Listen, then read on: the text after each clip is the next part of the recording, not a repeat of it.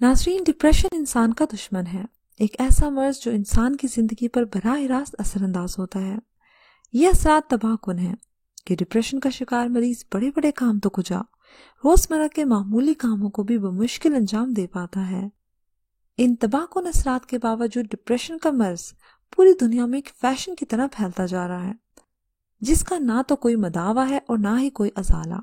کچھ بڑے اور نامور لوگ اسٹیٹس سمبل کے طور پر ڈپریشن کے نام کو اپنی ذات کے ساتھ جوڑ لیتے ہیں، جس کی وجہ سے ڈپریشن کے مریض کے مرض کا تشخیص کرنا مشکل ہو جاتا ہے۔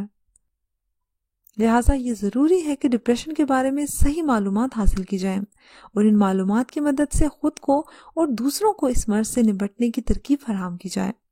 ناظرین، انسان کا دماغ ایک کنٹرول روم کی مانند ہے جو انسان کے جسمانی اور جذباتی معاملات کو قابو میں رکھنے کا ذمہ دار ہے۔ ڈپریشن کے ذریعے ایک ایسی دماغی حالت پیدا ہو جاتی ہے جو دماغ کو اپنے کام صحیح طریقے سے انجام دینے سے روک دیتی ہے۔ یہ ایک ایسی کیفیت ہے جسے نظر انداز کرنا انتہائی خطرناک ہے، لیکن ہم میں سے اکثر افراد اسے نظر انداز کر دیتے ہیں اور اس پر توجہ نہیں دیتے اور اس کے علاج کی طرف مائل نہیں ہوتے۔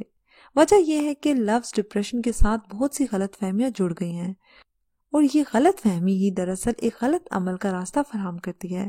اس کی مثال کچھ یوں ہے، عام طور پر ڈپریشن کو ایک بیماری سمجھا ہی نہیں جاتا، بلکہ یہ ایک خاص طرح کی کیفیت سمجھی جاتی ہے جو کسی انسان پر ایک خاص عرصے تک طاری رہتی ہے۔ جیسے ہم کبھی مایوسی، کہیں افسردگی اور کہیں ملال ہونے کا نام دے دیتے ہیں، اور کسی کو ڈپریشن کی جانب توجہ دینے کی فکر تک نہیں ہوتی۔ ناظرین، ذرا سوچئے، کیا ہم ایک ایسے ورکر، ایسے اسٹوڈنٹ، ایسے ساتھی یا ایسے کھلاڑی کو اپنی ٹیم سے علحدہ کر سکتے ہیں جو چست، محنتی، ایماندار اور اعلیٰ صلاحیتوں کا حامل ہو، لیکن محض کچھ وجوہات کی بنا پر اپنی پوری کارکردگی نہیں دکھا پا رہا ہو؟ یقیناً ہم ایسا نہیں کر سکتے، کیونکہ ایسی کارآمد شخص کو اپنی ٹیم سے نکال دینا سراسر حماقت ہے۔ ہاں، اگر آپ ایسے شخص کے ذہنی مسائل کو اس کے ذہن سے نکالنے کی کوشش شروع کر دیں گے تو یہ آپ کی ٹیم اور ادارے کے لیے زیادہ بہتر نتیجہ خیز ہوگا۔ لہٰذا جتنی جلدی ممکن ہو ان مسائل کو سنجیدگی سے سوچیں اور اس کے حل کے لیے معاونت کریں۔ ناظرین، آج کی اس ویڈیو میں آپ کو علامتیں بھی بتاتی ہوں کہ ڈپریشن کی کیا کیا علامتیں ہیں۔ بلا وجہ فکر مند، غیر ضروری طور پر بے چین یا افسردہ نظر آنا، روزمرہ کے کاموں میں دلچسپی اور خوشی کا خاتمہ ہونا، بہت زیادہ بے چینی یا بہت زیادہ سستی کا طاری رہنا، لگاتار نیند کا کم یا زیادہ ہونا، وزن یا بھوک میں تیزی سے تبدیلی آنا، اپنے آپ کو بالکل بے وقت محسوس کرنا یعنی احساس کمتری کا شکار ہونا، تقریباً سارا دن بلا وجہ تھکن محسوس کرنا، قوت فیصلہ میں کمی یا کسی چیز پر توجہ نہ دے سکنا۔ ان کے علاوہ بعض مریضوں میں دوسری علامات بھی پائی جاتی ہیں، جلد غصہ آ جانا، چکر آنا، تنہائی پسند، مایوسی، مستقبل تاریک محسوس ہونا، شور برداشت نہ ہونا، بدہضمی ہونا، دماغ سن محسوس ہونا، ذہن پر بوجھ محسوس ہونا، اپنے اندر خالی خالی پن محسوس ہونا، غنودگی محسوس کرنا، کسی سے بات نہ کرنے کو جی چاہنا، ڈر محسوس کرنا، یہ محسوس ہونا کہ جیسے سب کچھ ختم ہو گیا ہے، قوت ارادی انتہائی کم ہو جانا۔ ناظرین، یہ سب علامتیں ہیں جو ظاہر کرتی ہیں کہ آپ ڈپریشن کا شکار ہو چکے ہیں۔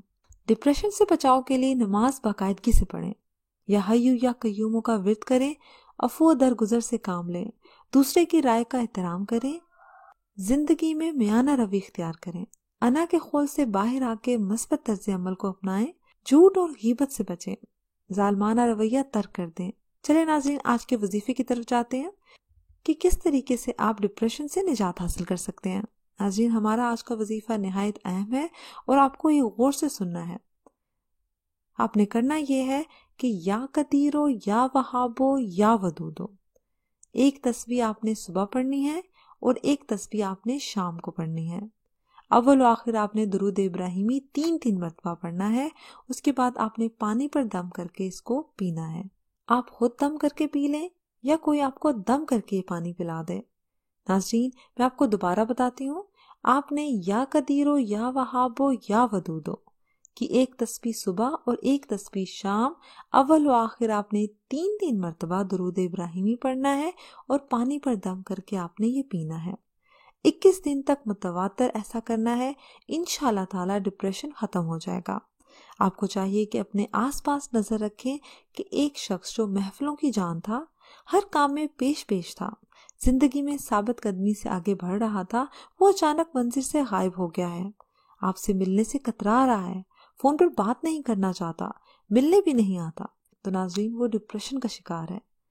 اس کو باہر نکالنے کی کوشش کریں، اس انسان کی مدد کریں کہ وہ کس طریقے سے ڈپریشن سے باہر آ سکے۔ یہ آپ کی ایک ذمہ داری ہے۔ ناظرین، مجھے امید ہے کہ آپ کو آج کی ویڈیو پسند آئی ہوگی۔ اگر ویڈیو پسند آئی ہے تو اسے لائک کریں، شیئر کریں، کمنٹ سیکشن میں اپنی رائے کا اظہار لازمی کیجیے گا۔